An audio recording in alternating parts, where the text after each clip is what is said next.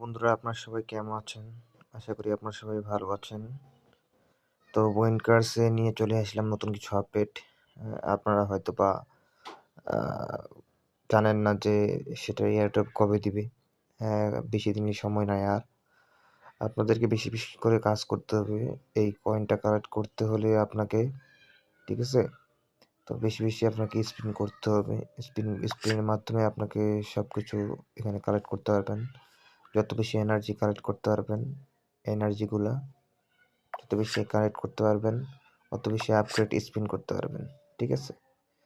তো দ্বিতীয়ত হচ্ছে আসলে আপনাকে কোন কারণের জন্য এখানে এয়ারড্রপ দিবে সেটা কিন্তু আপনাকে ধারণা রাখতে হবে। এই কয়েনটা দিয়ে যত আপগ্রেড করবেন, আপনাকে এইটার উপরে ডিপেন্ড করে কিন্তু এটা এয়ারড্রপ দেবে, ঠিক আছে? তো আপনাদেরকে এটির ধারণা রাখতে হবে কিন্তু বিশেষ করে।